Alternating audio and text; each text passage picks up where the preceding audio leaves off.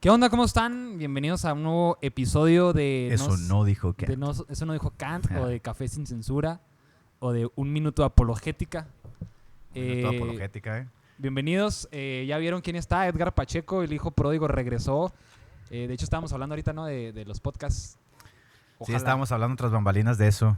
Para la gente que no sepa, pues mi Raim y yo ya habíamos hecho podcast anteriormente, estábamos diciendo, ¿no? 5 años. Hace muchos años. 5 o 6 años. 5 o 6 años antes de que se diera el boom de los podcasts. Hicimos ahí unos podcasts en UMA, Un Minuto de Apologética. Me acuerdo que uno me llovió porque dije que... Le tiramos al calvinismo, ¿te acuerdas? Sí, pero uno dije que estamos hablando de la redefinición de los términos. Ah, sí.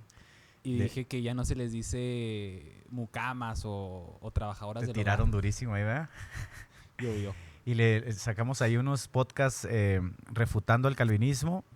Y pues hace ya 5 años, ahorita estamos en el boom de los podcasts. Ahorita estamos diciendo que todo el mundo tiene un podcast. Para subirnos al tren. Sí, y todavía le falta bastante, Pienso yo que todavía no ha llegado a su punto de inflexión. No, y más con esto del metaverso y toda esa olvídate. Onda, todo lo digital obviamente se va a explotar. Claro. Y más que se está viendo que deja. Entonces, claro.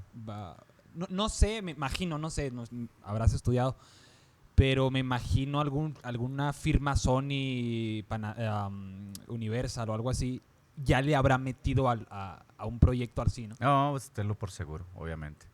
La plataforma que usamos, no sé, la mayoría que usa esta plataforma de Anchor, no sé si tú la usas también, Sí. da algunas posibilidades para monetizar podcasts Fíjate. a través de anuncios. Lamentablemente aquí en México no, ¿verdad? Pero en Estados Unidos sí se da. Fíjate, yo hace como 12 años escuchaba un podcast que se llamaba Un Ratito con Olayo Rubio, era un vato del DF. Y hace 12 años, muy poquitos podcasts había, yo creo. Y el vato hacía un montón de voces, era como una radionovela donde el vato era un crack porque era un solo tipo y hacía acentos y hacía otros personajes. Y estaba viendo Stranger Things, Ajá. $30 millones cada episodio. Hace 10 años era imposible pensar que una miniserie tuviera más inversión que una película, ¿no?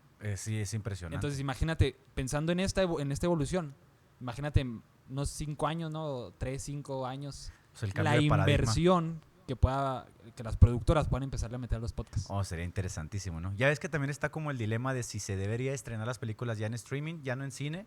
Disney Plus está haciendo eso. Ajá, ya no le apuestan tanto al cine, sino que ya se van más por el streaming. Uh-huh. Y es como ese cambio de paradigma que se está viendo a todos los niveles, como lo vimos ya hace una década con la música también, ¿no? Que ya los discos compactos, literalmente ya casi nadie los usa. O me atrevería a decir que ya no los usa nadie. O incluso pagabas en Apple Music, pagabas por canción. Exactamente. Y ya. Ya ahorita hay la suscripción, ¿no? Ajá. Entonces, estamos en una buena etapa con los podcasts. Yo pienso que no hemos llegado ni al pico, ni al punto de inflexión en el que se le saca todo el power al podcast. Y estamos siendo pioneros muchos, ¿no? Tú tienes tu podcast, yo tengo mi podcast, colaboro con Arnoldo en otro podcast, mando saludo a Arnoldo. Y básicamente ahorita se puede hacer un podcast con mucha facilidad. No de mucha calidad, pero se puede hacer con facilidad. Claro. O sea, aquí tú tienes tus cámaras, tienes tu laptop, tienes mi mesa. Tu mesa, sí, con mucha calidad. Entonces, pues, qué bien, ¿no? Oye, pero el tema que habíamos hablado no es este. Este fue introducción. Sí, fue un excursus. La duda. Vamos a hablar de la duda. Ey. Y traes el libro ahí, enséñalo ahí en la cámara que Aquí tienes tengo enfrente. mi libro, pues la cámara esta. Sí. Huyendo de Dios. Este es mi bebé, este es una joya para mí. Mucho esfuerzo me costó. ¿Cuánto tiempo tardaste escribiéndolo? Fíjate que yo siempre quise escribir un libro, a mí siempre me ha gustado escribir y nunca pensé que iba a virar por este lado, ¿no? O sea, siempre quise escribir un libro acerca de teología o yo qué sé. Citándote a ti mismo en el libro, dices que pensaste eso, que pensabas escribir un libro de teología, ¿no? Un libro de iglesia, eclesiología o algo así. Sí, tenía siempre como la idea de contribuir, ¿no? Con mi granito, así. Ajá. Pero, pues bueno, los planes de Dios son otros.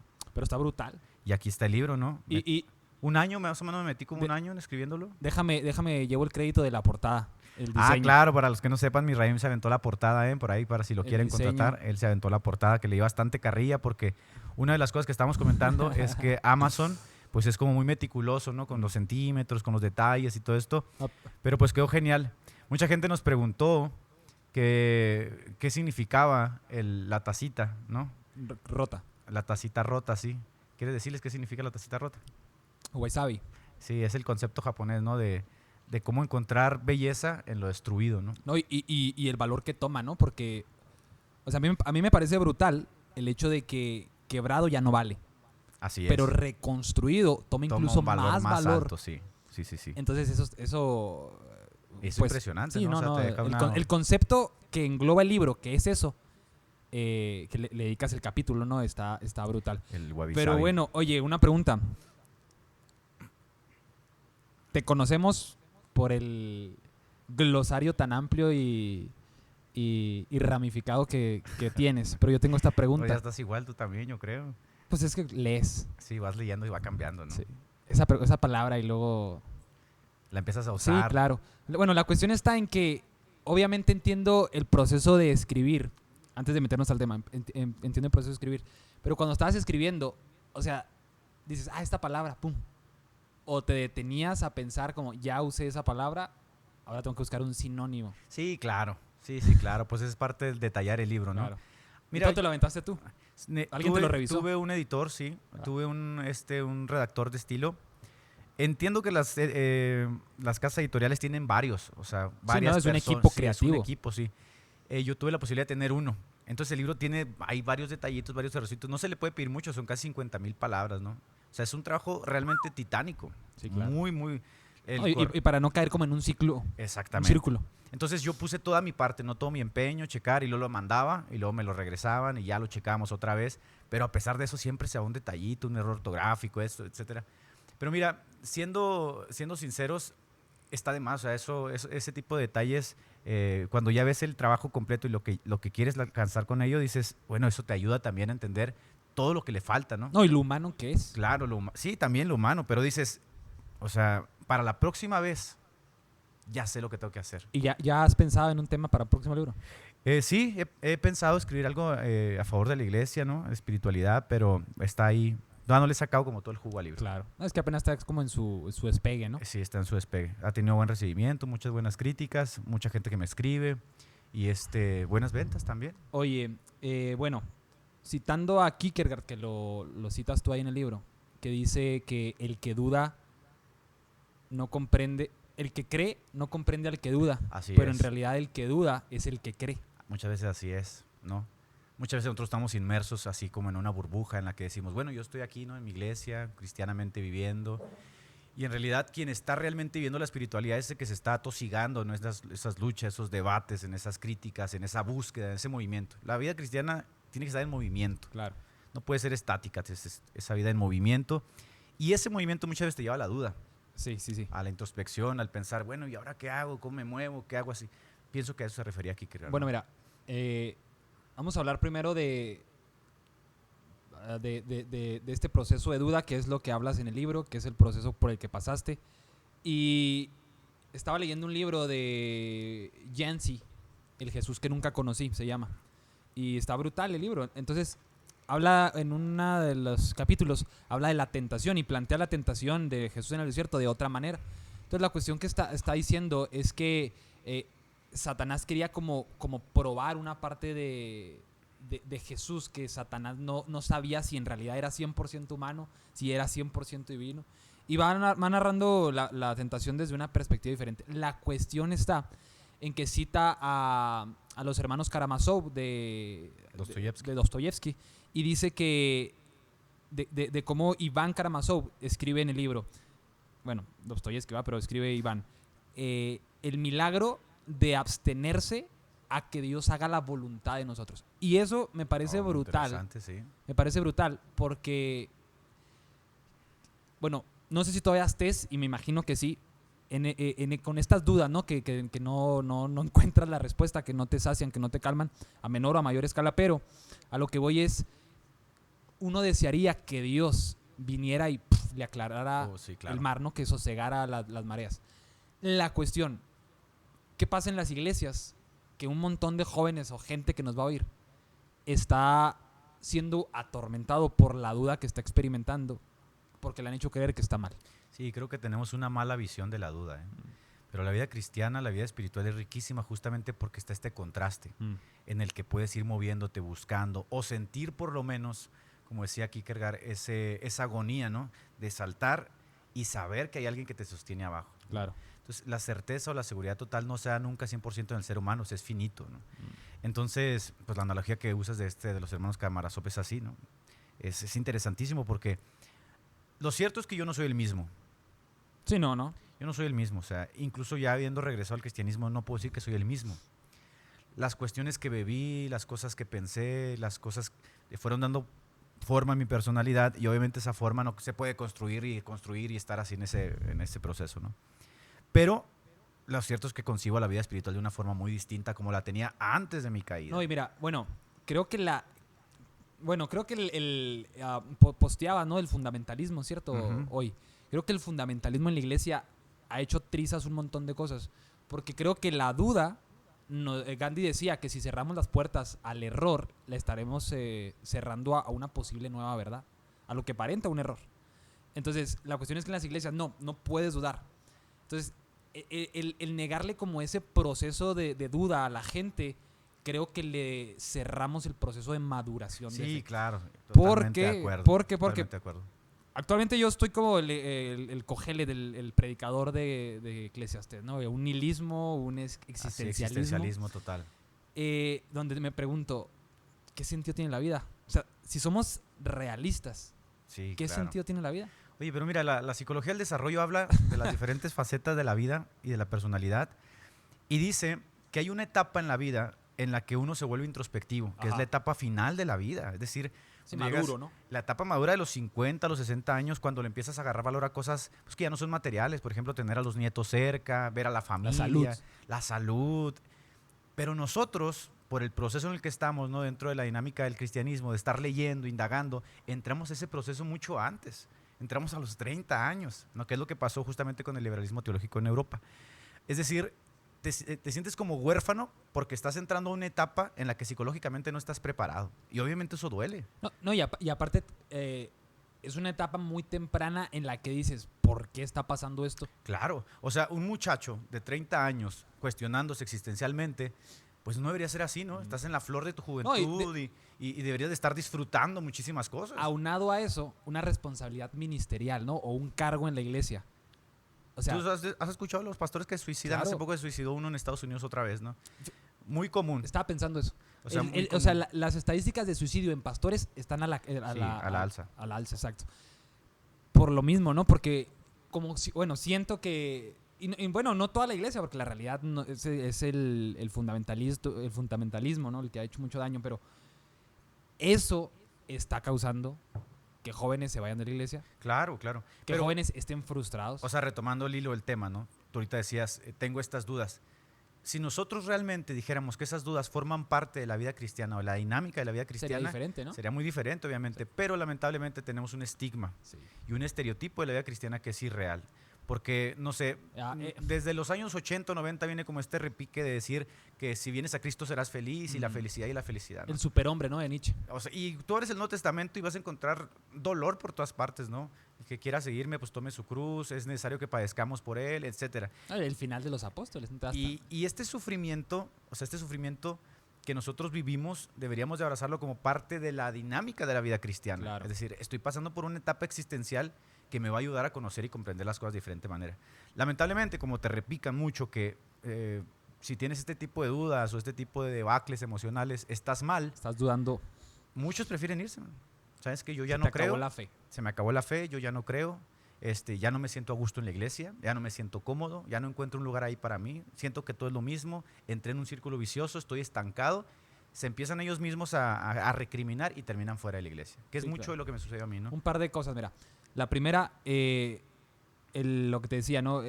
Creemos en la iglesia, sobre todo los que están arriba y los líderes, y creemos de la demás gente como dispensadores de verdades o dispensadores de felicidad. ¿Ya leíste el libro de Buscar el Domingo? De Rachel Hill Evans, el que te mandé. No lo he leído. No, de los sacramentos. Sí, cierto, ya lo leí. Sí, buenísimo. Está buenísimo. brutal, sí, ¿no? Pues, o sea, incluso te dije que estaba muy bueno. A mí me reseteó la vida. Y Rachel en una de las hojas dice que los millennials estamos cansados de eso, de cristianos o líderes que dispensan verdades de que todo va a estar bien, ¿no? Una máscara de cristianismo en la realidad de las cosas. Sí, utópico, o sea, es utópico. irreal. Pero se vuelve distópico. Cuando estás ahí y con la duda, con todo, no estás viviendo la utopía que te venden. Entonces,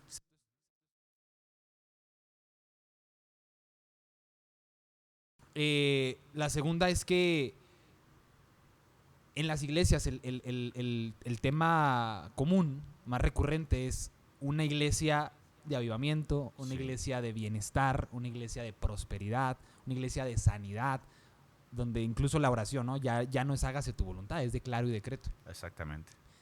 Entonces, entras a este océano de duda y dices, dude, estoy en el lado contrario totalmente de lo que la iglesia no es debería pa' mí. ser, ¿no? Exacto. Sí. Pero eso viene siendo parte de esa narrativa que viene imponiéndose desde el siglo XIX con la iglesia fundamentalista. Por si tú te pones a pensar, nosotros no hemos tenido como contacto con la iglesia histórica, por ejemplo, luterana, anglicana, la iglesia católica la aborrecemos, ¿no? En el etos carismático. Entonces, este etos tan particular del carismatismo, incluso el pentecostalismo, es así, ¿no? O sea, es una visión de triunfo, de fuego, de avivamiento. De hecho, es normal que el cliché más usado en los campamentos de jóvenes es el fuego, ¿no? Claro, El avivamiento. Despertar. Que no digo que no sea posible. O sea, pero hay mira, muchos jóvenes que encuentran a Dios en esos campamentos. No, claro. Pero estás vendiendo una mentira. O sea, también hay que decir que hay muchos jóvenes que están en crisis, ¿no? Sí, claro. Que están en crisis y que no van a salir de las crisis fácil con un campamento. La realidad es que, como decías ahorita, ¿no? A veces en el Nuevo Testamento lojeas. ¿Y dónde ves el avivamiento en la iglesia primitiva? No, y lo ves acompañado de mucho dolor y sufrimiento. Claro. O sea, pero el avivamiento de la iglesia primitiva, el avivamiento que hoy pretendemos vivir o experimentar. Yo creo que el concepto más bien lo agarramos de Azusa nosotros, claro, ¿no? De ese tipo de milagros. Y fíjate que ese tema de Azusa es muy interesante. El otro estaba investigando o sea, no hay más que lo que los mismos cristianos decimos de Azusa. Exactamente. O sea, ni el New York Times, ni nada, o sea... No, creo que algunos periódicos fueron muy duros y críticos exacto. con el De hecho, a ojo público... Sí, fue un desorden fue un total desorden, eso, sí. Exacto. Bueno, el concepto que tiene la iglesia del avivamiento viene justamente de ahí. Claro. Pero bueno, volviendo al tema, a lo que voy es que estaba en un culto y estaba dirigiendo a alguien y dijo, ¿cuántos vienen felices? Empezó el servicio. ¿Cuántos vienen felices? Vamos, aplaude, grita, un grito de guerra, un grito de júbilo. Pues, y se acabó y le dije, mira, yo entiendo el positivismo en el que vienes y que quieres contagiar a la gente. Le digo, pero yo no quería venir hoy a la iglesia. Sí, pues, y me dijo, ¿qué? ¿Tú? Le dije, yo no quería venir a la iglesia. Es diferente, vienes con problemas, vienes con tus dudas, deja que Dios te trabaje. Ajá. Sí, entonces, encontrar como un resguardo, ¿no? Un exacto. refugio en la iglesia. Entonces, eso está repeliendo mucha gente. Sí, obviamente que sí. Porque sobre todo en el momento en el que vivimos, como me decían, ¿no? Ya no necesitas a nadie, o sea, YouTube te enseña a operar un cerebro. No, tú prendes YouTube y encuentras la predicación de quien tú quieras, el servicio que tú quieras, ¿no? A la hora que tú quieras. No, y la información cada vez, bueno, es como una dicotomía entre cada vez más información y cada vez una generación más estúpida, ¿no? Así es. Pero dentro de los que sí razonan y llegan a las iglesias, yo siempre me pregunto, o sea, llega alguien que razona a la iglesia, se sienta, ¿qué piensa? O sea, ¿qué le vendemos? ¿Me explico? Porque todos estos procesos de duda no lo llevan a madurar, porque no dudes. Exacto. Dios está. No, Dios existe. Fíjate, está en una iglesia. Y el pastor estaba contando una historia que leyó por ahí, yo creo. Y decía que la maestra, ya ves esta película famosa de Dios no está muerto. Sí. Que yo creo era algo similar. Que la maestra dijo, Dios no existe. Escriban en los cuadernos, Dios no existe. Que una niña se fue a su casa, regresó y que su papá le dijeron, no, usted dígale que Dios sí existe. ¿Por qué? Porque yo lo siento. Sí, pues los clichés, ¿no? Clásicos. Exacto. Entonces, tú le dices eso a alguien que está cayéndose a pedazos, como tú en el libro cuando escribías al principio. Cuando dices que estás ahí con el sartén, ¿no? Que no te querías caer. Sí. O sea, oyes eso y tú dices, eso no me calma para nada. Fíjate que uno de los movimientos que surgieron en esta época como con esa intención de revitalizar la fe, aparte del neocalvinismo, ¿no? Que fue espontáneo, la apologética. La apologética no ayudó a la gente en Europa, ¿no? Y no va a ayudar tampoco a la gente aquí. No por la buena intención o porque no tenga la capacidad argumentativa, sino porque las dudas existenciales no son netamente racionales. O sea, hay algo que se siente, ¿no? Como un hueco, como una necesidad de algo, de movimiento, de vida. E ir a escuchar a alguien que lo puede escuchar, por ejemplo, en el internet o en YouTube o en una conferencia. Y mucho mejor, ¿no? No sacia, es la realidad que no sacia, ¿no? Y yo cuando pasé por esta etapa me leí todos los libros que te puedas imaginar. En algún momento sentía como algo bien, en otros momentos sentía repelía eso. Pero me di cuenta, por ejemplo, que la apologética, con todas sus buenas intenciones, Sí, claro. no ayudaba. O sea, yo traía unas heridas existenciales, así como tú dices, ¿no? Sufrimiento existencial de cuestionarme muchas cosas, ¿no? En torno a la vida, a Dios, a mí, y no encontrarle respuestas. No saber para dónde ir, qué hacer, cómo atajar ciertas cuestiones, para dónde virar, nada, nada. Entonces, entré a lo que te dije, ¿no? Una de las salidas fáciles fue, bueno, pues me divorcio, dejo todo, abandono mi casa, me voy a vivir la vida como quiera, pero siempre había como algo que me detenía, ¿no? Como esa idea de, pero si hay algo más, o sea, Sí. si hay algo más que al que tengas que Un eco, rendirle ¿no? cuentas, En el corazón. claro, ese eco en el corazón. La cuestión está en que, por ejemplo, la apologética te metes a estudiar, ¿es razonable creer en Dios? ¿Existe Dios? El argumento ontológico, el argumento cosmológico, no sé, cualquier cosa, Alvin Plantinga, lees lo que tú quieras, pero te da información. Entonces, llegas a un momento, yo he llegado al momento de, yo no dudo que Dios exista. Ajá, exactamente. O sea, yo no tengo duda de que todo esto tenga un sentido. Pero, ¿qué es la vida? ¿Qué hay más allá? Sí, sí, te comes un buen silogismo, ¿no? El Calam, lo que tú quieras, ¿no? Te comes un buen argumento, pero al final de cuentas no sacia. O sea, no pero sacia dame porque- algo real que yo necesite ahorita. Sí, que sacie el corazón, Ajá. ¿no? Como decía San Agustín, ¿no? Nuestro corazón está inquieto, porque realmente está inquieto. Y la vida espiritual debería como estar ahí para ayudar, ¿no? Pero las iglesias han entrado en esa temática en la que ni siquiera te entienden. ¿Pero Ujú. por qué estás pasando eso? Debería ser feliz, ¿no? No debería estar sufriendo este tipo de cosas. Pues las estoy viviendo, las estoy sufriendo. Entonces, se ha hecho como esa separación en la que están los que sí son cristianos verdaderos, ¿no? Sí. Como decía Que no Kierkegaard, dudan. que no dudan, que son los fuertes, y están los que están agonizando, los que están sufriendo la fe, que en realidad son los que creen, y por cuestión de que creen, están en esa batalla, ¿no? En esa lucha de cómo subsistir en un mundo que se les viene encima, que los ataca, que los golpetea, y no tienen cómo, vaya, se han enfriado, se sienten débiles, y requieren el poder de la vida espiritual. ¿Tú crees que... Yo tengo una respuesta, pero ¿tú crees que la liturgia de la iglesia tenga que ver con que tus dudas interiores no encuentren sosiego en el momento que se supone vas a encontrar sosiego a la iglesia? ¿Sí me explico? Probablemente sí. Sí, probablemente sí. O sea, porque ah, sin miedo a equivocarme, y casi cualquier denominación actualmente es llegar, cantar, alguien dirige, alguien ora, alguien habla, todos oran. Yo te comenté que el libro que me pasaste se me hace muy interesante porque lo escribían desde la perspectiva de los 7 sacramentos, ¿no? Sí. Uno de los sacramentos a mí de la Iglesia Católica que mantiene la Iglesia Luterana que se me hacen muy buenos es la penitencia, ¿no? Claro. La confesión de pecados. El poder ir a desahogar realmente todas las luchas que traes con un hombre, que es hombre como tú, que te entiende, que ha sido capacitado y ordenado por la Iglesia o por Dios o por quien tú quieras para fungir justamente como un intercesor, ¿no? Alguien que te pone la palma en la espalda, que te ayuda, que a lo mejor te despabila. Esa parte a mí se me hace tan interesante porque lo encuentras en la Iglesia Católica, en la Iglesia Luterana, pero no lo encuentras más en las iglesias. Ujú. Es muy individualista el formato de la liturgia en las iglesias porque todo es tú y Dios, tú y Dios, tú y Dios. No, y eso es súper, nada objetivo. No, olvídate, o sea, eso es para criticarse bastante. Porque, o sea, es tú y Dios, está bien. Pero William Blake decía, tu Dios tiene nariz chata y mi Dios tiene nariz Así es. puntiaguda. Es parte del individualismo, ¿no? O sea, no nos entendemos y no entendemos el problema del otro. Nos Pero es incapaz de empatizar. Pues. Lo que yo te decía es, yo todos los jueves voy a predicar al Cerezo. Y desde que estoy yendo ahí, ya casi 7 meses, 6 meses, no recuerdo.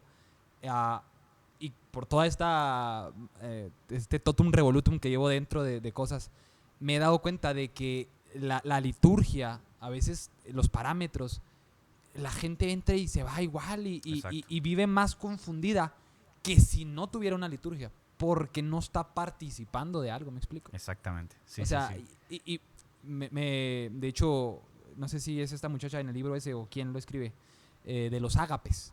Ujú. O sea, las reuniones de la iglesia primitiva en los ágapes, no había alabanza, no había sermones. Era una comida, un Era una convivio. comida que llegaban a emborracharse, ¿no? Por eso Pablo Sí. les escribió a los Corintios. Pero es una comida donde en una comida te hablo, estas son las broncas que traigo. Sí, en esa comida se ha presente la espiritualidad, ¿no? O sea, de hecho la comida en sí era algo espiritual, era algo muy relevante para el mundo antiguo, algo que no se veía, no era muy común desde las sociedades epícueras. Entonces revolucionó totalmente y nosotros, te digo, hemos abandonado todo eso por el individualismo, ¿no? O sea, tú y Dios, ahí nos vemos, yo mis broncas, tú tus broncas, tú arréglate con Dios, yo me arreglo con Dios.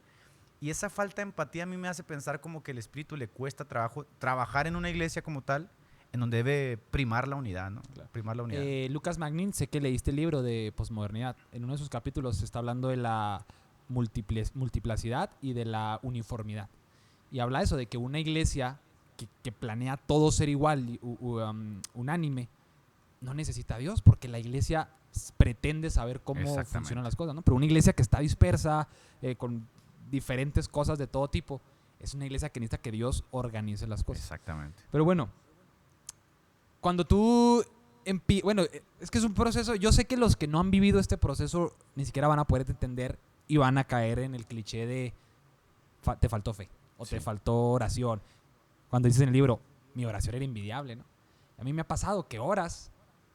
Y lo que te decía, lo que te decía los hermanos Karamazov, o sea, yo oro, yo quisiera que Dios, el omnipotente, el pantocrátor, llegara y me respondiera, dudas, ¿no? Me aclarara, se manifestara, ¿no? Que estás con escépticos y Dios, manifiéstate. O sea, pero Dios se limita, ¿no? El milagro de limitarse.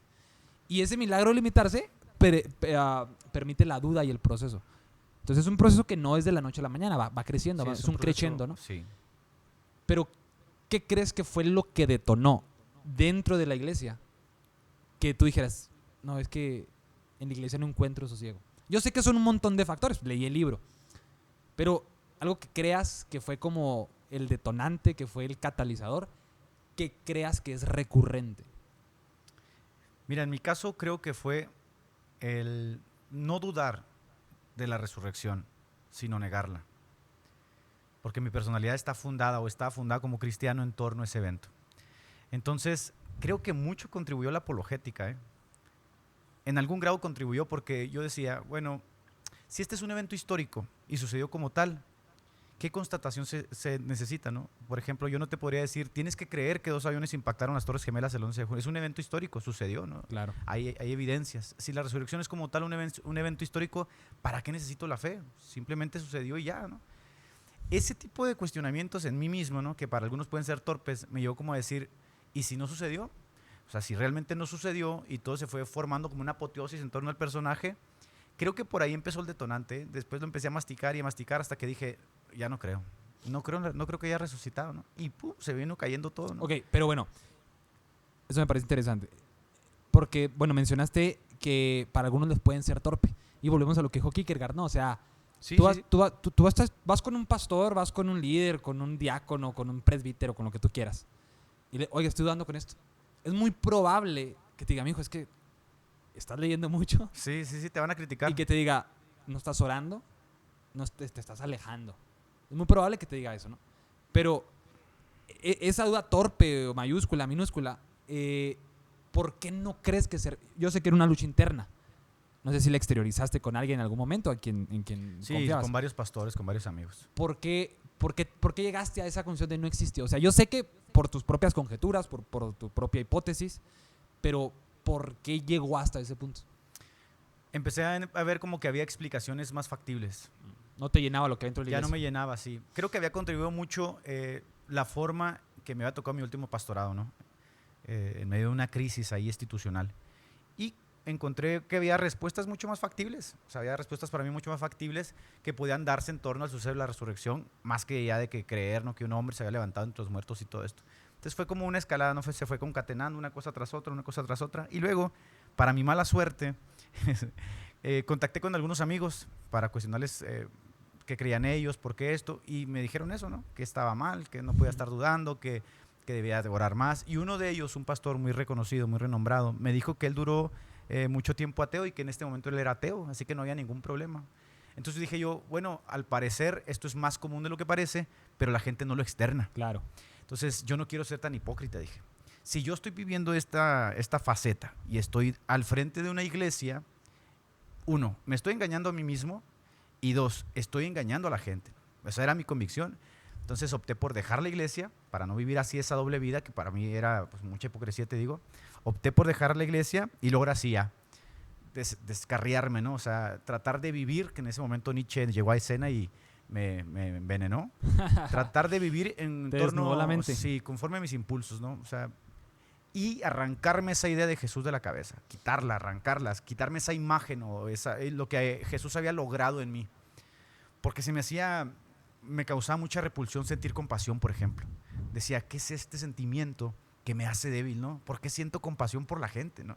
¿Sí me entiendes? Entonces, este sentimiento, decía yo, no puede ser genético, no puede ser biológico. Este sentimiento fue impuesto por la Imputado. religión, sí. Sí.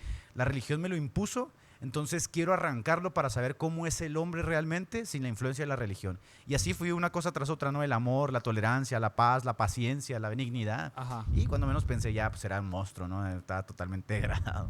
Pero bueno, pues, toda duda lleva vertientes distintas, ¿no? Todo depende a dónde la direcciones. La cuestión está en que pues, tienen que leer el libro para que Sí, tienen entiendan que leer más. para que se den una idea de lo que Tienen pasó. que leer el libro. Pero a lo que quiero llegar es cuando regresas a la iglesia, y te lo pregunté por WhatsApp, y te dije que creo lo mismo, ¿no? Que el cristianismo, o sea, como institución, y cámbiame las palabras porque yo las estoy usando mal, que el cristianismo como institución, como iglesia organizacional, está destinado al fracaso. Algo así mencionas. Sí. Lo estoy citando mal, con muy malas palabras.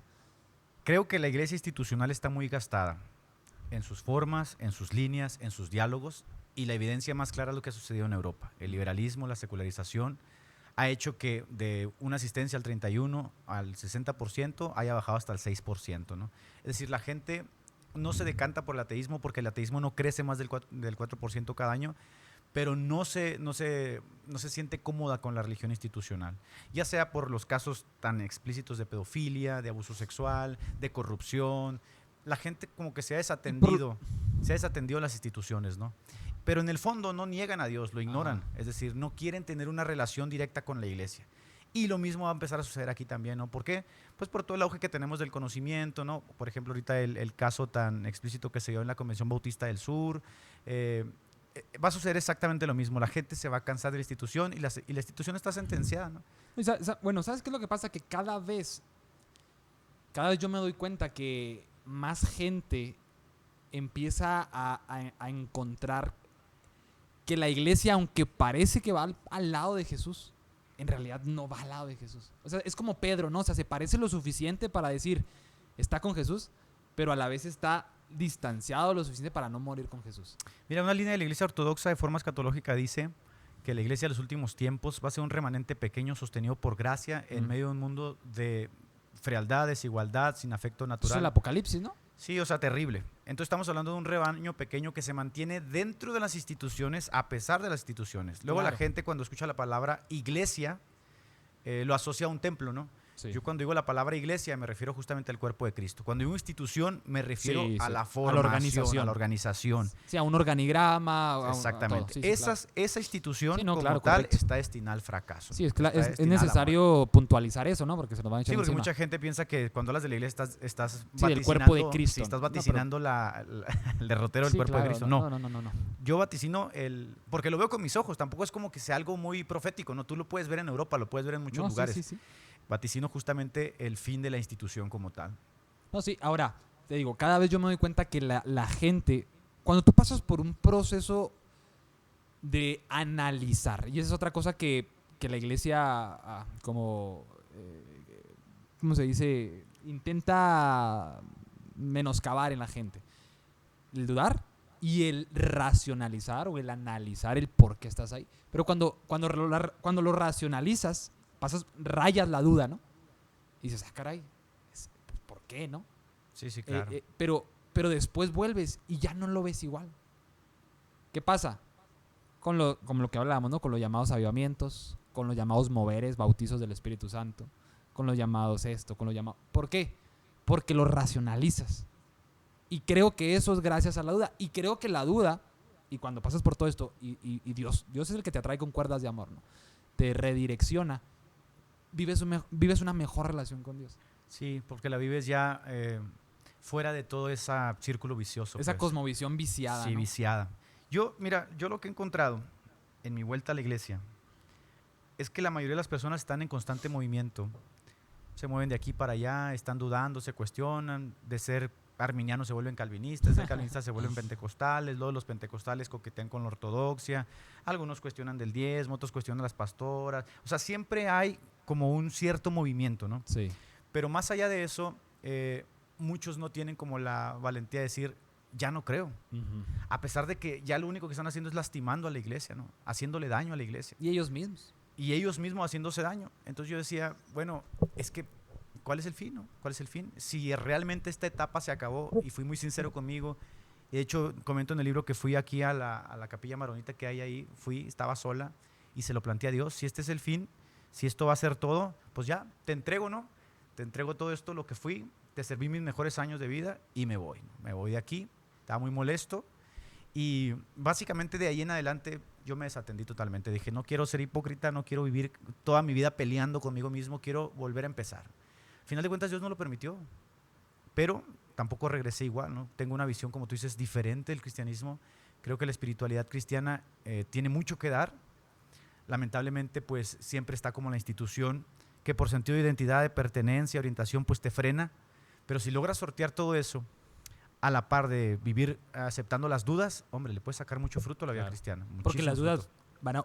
Bueno, maduraste un proceso y regresas, pero vienen otras dudas desde Claro, otra por perspectiva, supuesto, ¿no? sí, sí. O sea, las dudas Desde no se van otro a acabar. sesgo. La cuestión está en que,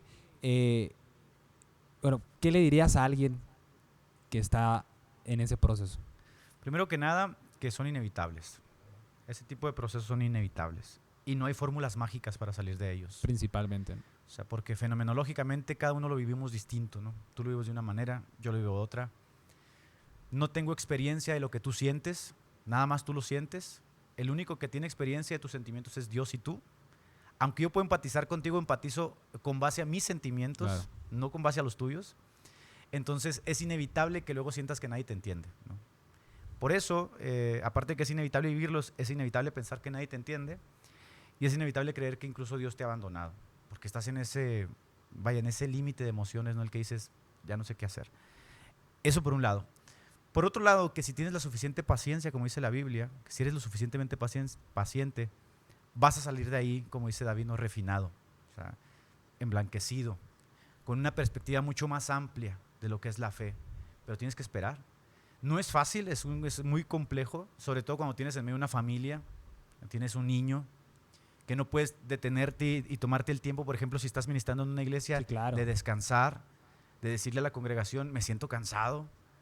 Estaba escuchando el caso de William Craig, fíjate, él predicó, él estaba dando en su debate un testimonio acerca de eso. Ujú.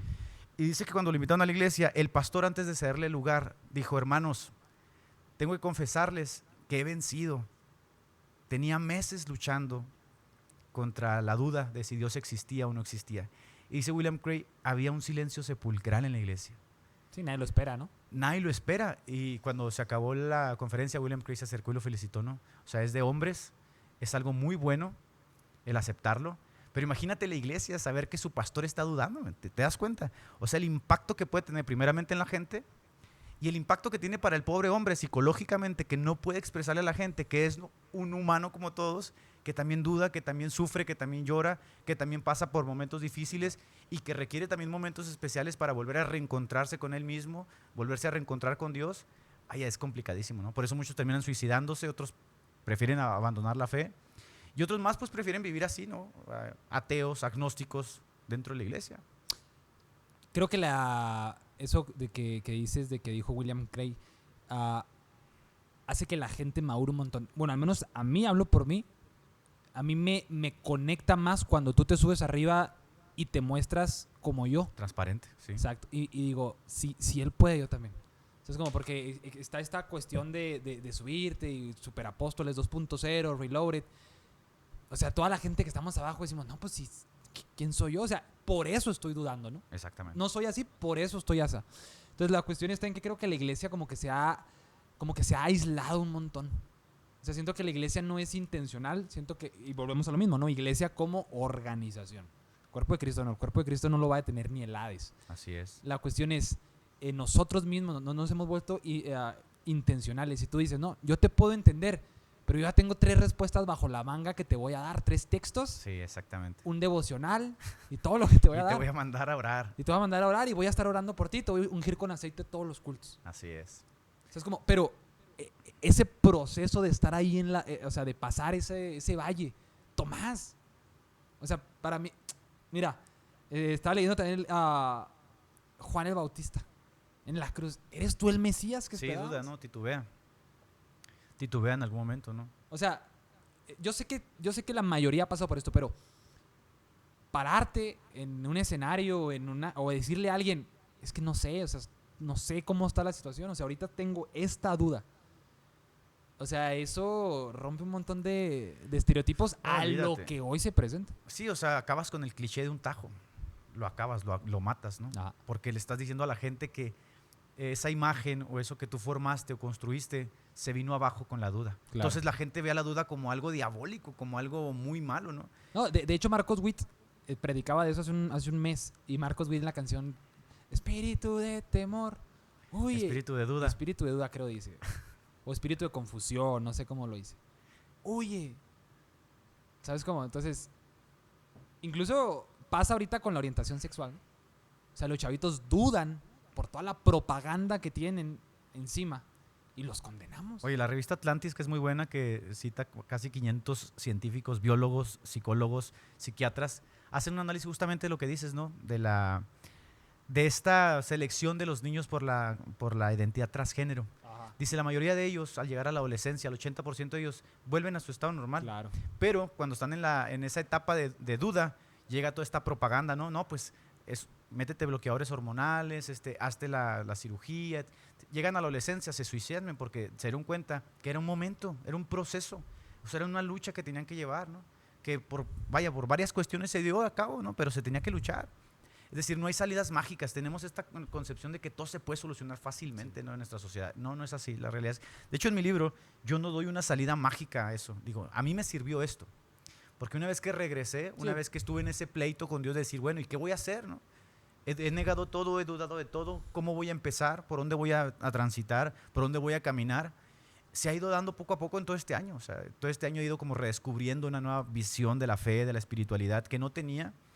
Y me ha ayudado también a comprender que cada uno somos únicos, en el sentido obviamente fenomenológico, como te decía, ¿no? De que Sí. nadie nos entiende más que nosotros y Dios más que nosotros. O sea, aceptar eso nos ayuda a saber que Dios va a estar al camino, Dios va a ir con nosotros, ¿no? En lo que vayamos viviendo, más que nada. El daño que creo es catastrófico es el no ser reales. O sea, el no ser real en nosotros, como partes de la comunidad, de esta coinonía, pero que tampoco los demás lo sean. Creo que eso hace mucho daño, ¿no? Porque tú entras a la iglesia y ¿cómo está mi hermano? En poder, venciendo, en Sí, victoria. son clichés, ¿no? ¿Sabes cómo? Y sí, claro. Y te pones a rascarle y te das cuenta que está endrogado, lo corrieron del trabajo. Sí, que está en problema, ¿no?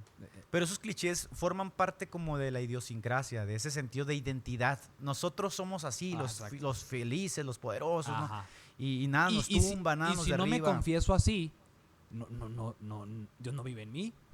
Pero analiza las tasas de depresión, como dice el grupo Barna, entre cristianos, son altísimas. Claro. Son altísimas. Entonces, esa filosofía de soy feliz siempre se derrumba tan pronto pone las estadísticas sobre la mesa. ¿Sabes qué es lo peor? Que la mayor cantidad de cristianos en depresión son pentecostales. Fíjate. O sea, llegan a un punto de inflexión. ¿Sabes qué? También yo pienso que, como te hablamos de la sobreexposición de los podcasts, ¿no?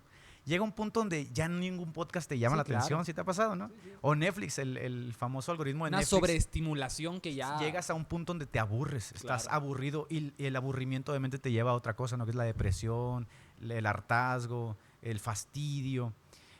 Pienso yo que llegas a un punto en el que tanto avivamiento, tanto fuego, tanta gloria, tanto poder, tanto empoderamiento. ¿no? Sí, llegas a un punto y digo, ya me cansé de eso. ¿Qué más hay en la vida espiritual? Claro. Y entonces te das cuenta de que las facetas de la vida espiritual en la cristiandad son amplísimas, son riquísimas y que nos falta mucho por explorar. Sí, claro. Ahora, para ir aterrizando, por eso es necesario vivir un cristianismo bíblico, ¿no? Yo sé que todas las denominaciones dicen esto. Sí, otro cliché, te estás aventando. Pero recibe, rabasaya. O sea, vivir un cristianismo en el sentido de que tu base sea lo real que es en la Biblia. O sea, tú lees los salmos y el 80% son de depresivos, son de tristeza. Sí. Lo que pasa es que los últimos son de alegría y terminas de leer salmos y dices, no, pues qué chido. Pero no, David se estaba muriendo. Oye, una vez, a un paréntesis con eso de los salmos, una vez estaban, ya ves que se acostumbra a leer un salmo antes de cantar. Y subieron un hermano pues que no estaba muy diestro en eso de escoger salmos y escogió el Salmo 133, creo. Sí, No, ¿cuál es? El de la cautividad de Babilonia, ¿cuál es? no sé. 137. Bueno, el caso es que la última parte se le iba a leer alternada, ¿no? Ustedes lean un versículo, Sí, sí. nosotros otro versículo, hermanos, y Litúrgico, ¿no? Sí. nos juntamos al final y el último versículo decía: ojalá Dios estrella tus bebés sobre la roca. Entonces, toda la gente se quedó así como asustada, ¿no? Porque Sí. tenemos como esas, o sea, te digo, son clichés. Sí, sí, sí, Son clichés que los hacemos por mecánicamente. claro. Sí, Carl Jung decía que agradecía mucho a Dios que David fuera músico porque transmitía en los salmos lo que sentía. Claro. Era un vato transparente, la Claro. realidad. O sea, llené mi cama de lágrimas, decía. Estoy en mi lecho y lo he llenado de No, lágrimas. cuando está en la cueva de Adulam, que dice, me siento a morir. Sí, o sea, todo ese tipo de sentimientos y expresiones es muy fácil en las personas No, artísticas. claro, claro. Pero tú las lees y veo un hombre en la iglesia formado bajo el estereotipo del macho, ¿no? Sí, Jamás va a ser eso. sí, no, no. No, Mismo ya. Pablo, o sea, mismo Pablo en Hechos dice, estuvimos al borde de la muerte que sentimos, o sea, Sí, exactamente. es como, o sea, él sintió que aquí ya se acabó todo, o sea, ya se acabó. A lo que iba es que hace falta vivir este cristianismo anclado en la Biblia, en eso, en que entiendas los espectros emocionales, que entiendas que no es victoria en victoria en victoria en victoria necesariamente. O sea, que entiendas la línea humana en la Biblia con Dios. ¿Por qué? Porque cuando vienen estos procesos de duda, ni Miel San Marcos, ni Evan Kraft, ni Hilson, Nadie te va a ayudar, nadie va a ser tu ancla. ¿Sabes cómo? más que Dios. Exacto. La iglesia misma no va a ser tu ancla, o sea, la organización, las luces, el humo, la brincadera, ¿no? Nada de eso. No es tu ancla. El pastor mismo no es tu ancla. Los sermones no son. Estás en la iglesia y ningún sermón te llega. Yo recuerdo, ahorita que dices eso, recuerdo que en una ocasión traté el caso de un divorcio y la familia del hombre que se había divorciado, lo había engañado a su esposa. Decía que el tipo lloraba a grito abierto en su alcoba en las noches. Yo me pongo a pensar, imagina que invites a ese tipo a un concierto, man. Vente, vamos a un Claro. concierto para que sanes. Claro. O vamos a un culto de avivamiento donde vamos a brincar. No, hay un momento en el que la tristeza se debe de abrazar, ¿no? El duelo, esa necesidad de hay tiempo para llorar y hay Exacto. tiempo para dejar de llorar, para abrazar y abstenerse de abrazar, ¿no? Rachel Held, en el libro ese de Buscar el Domingo, platica una historia de una amiga que perdieron a su bebé. O sea, ellos pues, emocionados, ¿no? Primer bebé. Destrozados, ¿no? Lo perdieron, se vinieron abajo. La iglesia les pagó los gastos del funeral. Ojo, les pagó un retiro, un viaje. Se fueron, dice que allá pues todo bien, pero regresaron a la cotidianidad. Cuando regresaron, ahí fue el impacto. impacto, o sea, el proceso. Y la iglesia, oraba por Dios en la iglesia. Entonces, dice, hace falta que vivamos el proceso con la Claro. gente. Sí, sí, Y lo sí. que dices, yo doy un discipulado los viernes y de pronto tengo a alguien que su hijo acaba de salir de un anexo, a punto de morir, intoxicado, de un divorcio, hijas con problemas motrices, mentales, de enfermedad. O sea, una vida que necesita alguien que la acompañe en ese proceso. Claro. Entonces te subes a la predicación o a la alabanza y ¿cuántos vienen contentos? ¿Cómo me pides que grite? ¿Cómo me pides que...? Exactamente. ¿Sabes cómo? O sea, es ¿cómo exactamente me eso. pides que en la predicación diga, amén, gloria a Dios, hay poder? Si estoy destruido. Estoy destruido, ¿sabes cómo? Entonces, y no me está llegando acá. Exacto. Sí, pues mira, básicamente lo que yo escribo aquí no es te va a solucionar la vida, ¿no? Si estás pasando No, por eso. es más un Es- autobiográfico, ¿no? Es algo así como yo también lo viví, te comprendo, ¿no? Entiendo si estás sufriendo la fe, hay alguien que también lo vivió y te vas a sentir identificado. Claro. Y al sentirte identificado, a lo mejor puedes decir, bueno, no estoy solo, ¿no?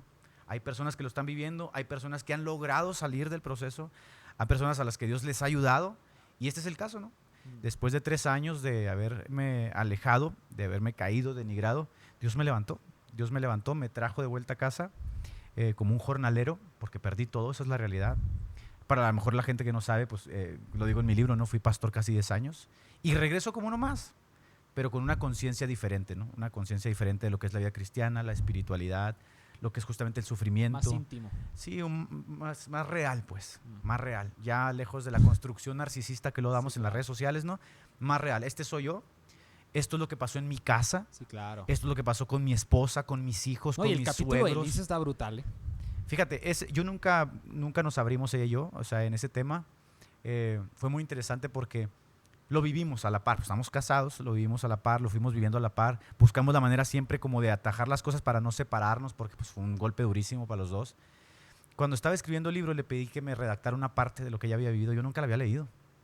Y entonces leerlo para mí fue muy impactante porque el proceso de ella es bien distinto, ¿no? Sí, claro, pues lo ve de otra... Lo ve desde su perspectiva como mamá, como esposa, Mujer. como la hija del pastor, como mujer. Entonces yo digo, qué interesante, ¿no? Porque cada uno tiene como sus facetas. Yo me desatendí justamente para no llevar al debate ese tema, pero ella lo vivía también, Sí, sí. lo vivía a la par de mí. Sí, no. Entonces ese libro es eso, ¿no? Es como una transcripción, lo digo, es una transcripción así como estamos platicando tú y ahorita. Que, como tú me acabas de decir, no, pues estoy en medio de una duda existencial y me lo cuentas así, ¿no? Con esa naturalidad. Eso es el libro. Ese es el No, libro. a mí me encanta el libro porque aparte de que es tuyo, o sea, es tu experiencia, está bañado de filosofía, está bañado de ontología. Sí, tiene sus referencias, obviamente, Y ¿no? Tiene todas sus referencias. Y, por ejemplo, esto de psicología también, donde pones en el último capítulo de la cantidad de los cristianos, la mayor parte son marginados y por qué. Así Y todo eso. O es. sea, me parece brutal y súper sí. De hecho, fue una de las cosas últimas que leí antes de que te fueras de vacaciones. La psicología del huérfano.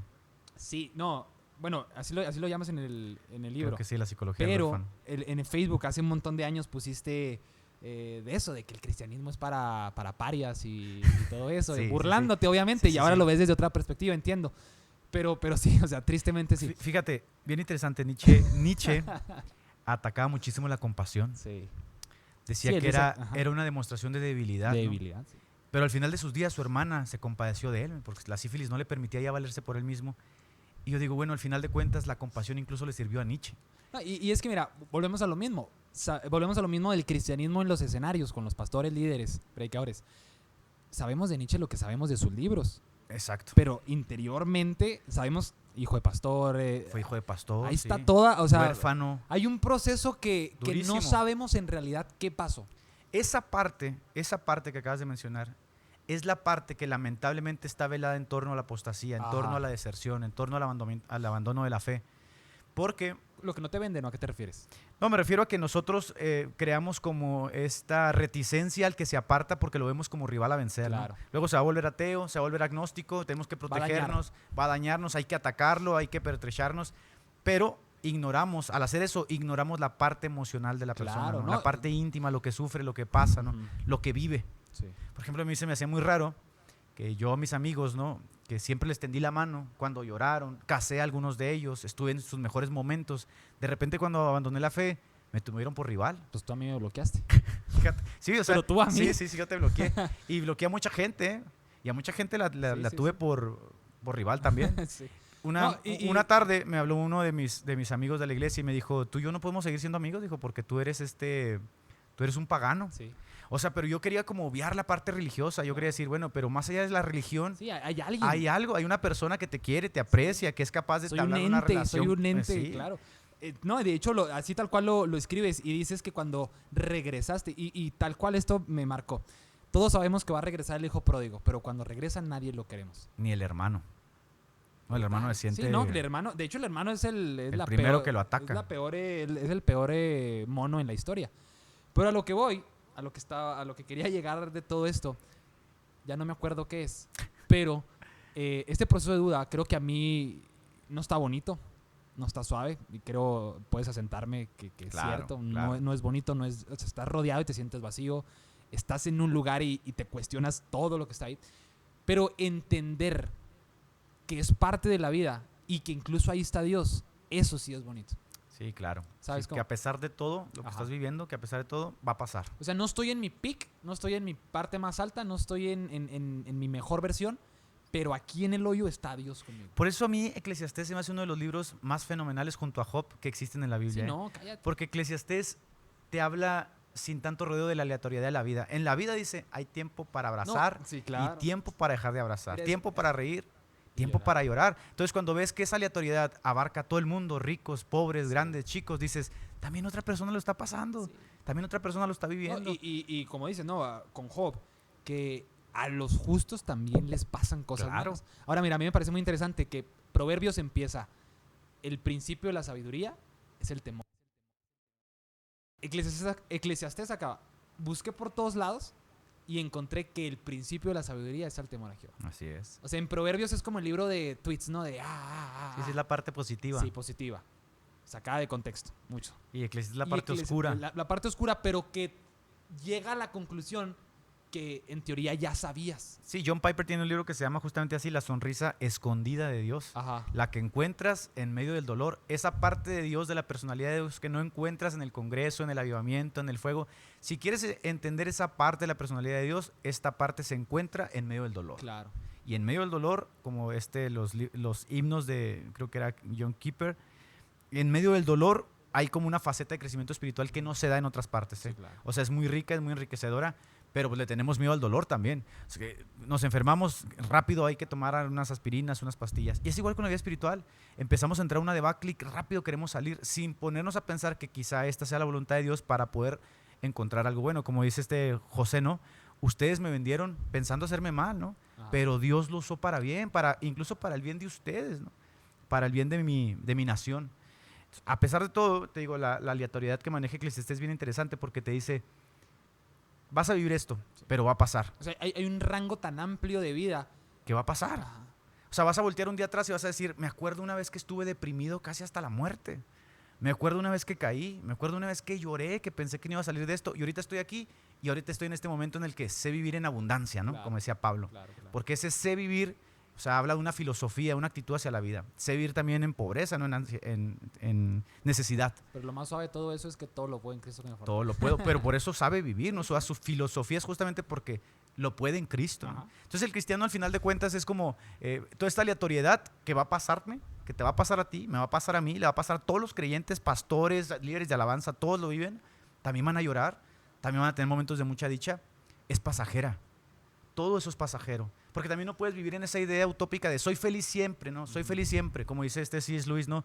Sería nauseabundo pensar que estamos siempre con las emociones positivas a flor de piel, nos aburriríamos. No, y psicológicamente es imposible. No, es imposible, no se puede, tienes que estar en esta justaposición compartiendo, ¿no? los buenos y los malos momentos Sí, claro. de la naturaleza humana, como todos. Ahora, para terminar, hace unos días escuché de un pastor la siguiente frase. Bueno, hablando de la duda en el ámbito teológico, ¿no? Que creo es lo que estamos hablando y de lo que hablas ahí. Tu boom de duda fue teológico, el mío es teológico. Hablando de eso, si tu teología es la misma hoy desde que empezaste a caminar con Dios, es muy probable que estés mal. Porque ese cambiar, esa duda, ese detente y déjame analizar y déjame ver y caray, y así, y acá, y esto y lo otro, eso te hace madurar y te hace creer, ¿no? Claro. Le pasó con Pablo cuando se cayó el caballo, le pasó a Pedro cuando no quería comer con gentiles y tuvo que ir a comer con gentiles. Exactamente. Y un montón de ejemplos. Pero, pues, llevamos 57 minutos. Vamos a cerrar. Ya, ¿no? Lo que acabas de decir es muy interesante, por eso le pusimos el primer nombre que teníamos para el libro era El Camino de la Fe. Camino de la Fe. O sea, haciendo alusión justamente a eso, ¿no? Ese largo peregrinaje que llevamos, que vaya, en nuestro caso, a lo mejor en tu caso, que eres de cuna cristiana, inicia a temprana edad. Sí, claro. En otros, como yo, nace en forma repentina, ¿no? En la juventud. No, y creo que, para puntualizar algo, ese camino de la fe, que era el título original del libro, es errático. Y es algo que no te dicen en las iglesias. Exactamente. Tu caminar es errático. No sé si has leído El Progreso del Peregrino, por ejemplo, que tratando de llegar a Ciudad Celestial, cristiano corre y se va por un arroyo, ¿no? Y entonces viene la voz que le dice, con paciencia, corre con paciencia la carrera de la fe, ¿no? ¿Por qué? Porque a veces somos atropellados, ¿no? Somos intempestuosos y el camino tiene sus propias particularidades. Claro. Por ejemplo, si hubiera pensado hace 4 años que un día específico yo abandoné el cristianismo, no te lo hubiera creído, jamás te lo hubiera creído, no hubiera dicho, pues, estás loco, eres un ridículo, ¿no? Pero la vida tiene sus propios parámetros, ¿no? Claro. Hay una película que se llama justamente así, Los Agentes del Destino, no sé si se la has visto, donde el destino va marcado, ¿no? Va como que Dios predestina nuestro libre albedrío y nos deja como actuar, como tú dices, ¿no? En torno a ese albedrío, pero Él siempre mantiene el control. Sí, no, claro, es un libre albedrío condicionado por la voluntad de Dios. Obviamente. Entonces es como, que habla mucho del molinismo, ¿no? Yo ya sé cuál decisión vas a tomar de las millones que puedes tomar. Toma la que vas a tomar, no me vas a tomar por sorpresa, ¿no? Sí. Entonces a mí me agrada mucho eso de saber. Eso es súper interesante. A mí no. Eso va para otro hora. Claro. Me agrada mucho saber, por ejemplo, y me siento muy complacido de decir, a pesar de todo, Dios conoce a los suyos. Todas mis decisiones, mis actos, las cosas y errores que cometí, como dice David en el Salmo 25, no te acuerdes, Dios, de mis errores de juventud. estaban, si no predestinadas, previstas por No, Dios. claro, y tú mismo lo pusiste. Ahora con mi regreso a la fe me doy cuenta que la permanencia de los santos. Sí, le puse ahí, ¿no? Es real, o sea, al final de cuentas, hay muchos que no regresan. Sí, claro. Hay muchos que no regresan, ¿no? Aquí te habla de una elección, te habla de una justificación, te habla del cuidado de sus ovejas, ¿no? Sí. Que él va personalmente por ellas, las trae de vuelta, las limpia, las mete a casa y aquí estamos. Claro. No, pues... Compren el libro, Hay aquí mil está. cosas que decir, pero ahí está el libro. para Huyendo que de lo Dios, busquen. está en Amazon. Está en Amazon, está accesible en formato de pasta blanda, formato de pasta dura. Y digital no está en Kindle. Digital también está en Kindle. La portadita, pues ya saben, se la aventó el Mirra, tremendo Mirra. Que también el intro de Eso no dijo Khan, se lo aventó Mirra, Y ahí viene otro. Y ahí viene otro intro de un nuevo podcast, un nuevo proyecto.